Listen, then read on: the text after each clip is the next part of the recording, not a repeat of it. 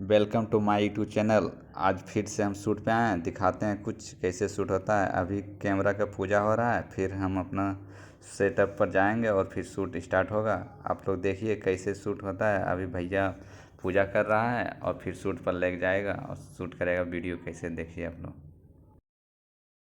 Camera को अब तो पूजा हो गया, भैया माला पहना दिया कैमरा पर। अब ले जाएगा, प्रसाद भी चढ़ा रहा है और फिर हम लोग प्रसाद खा करके अब फिर हम अपना सेटअप पर जाएंगे और फिर शूट चालू होगा। मॉडल भी अब तैयार है, अब जाते हैं हम लोग।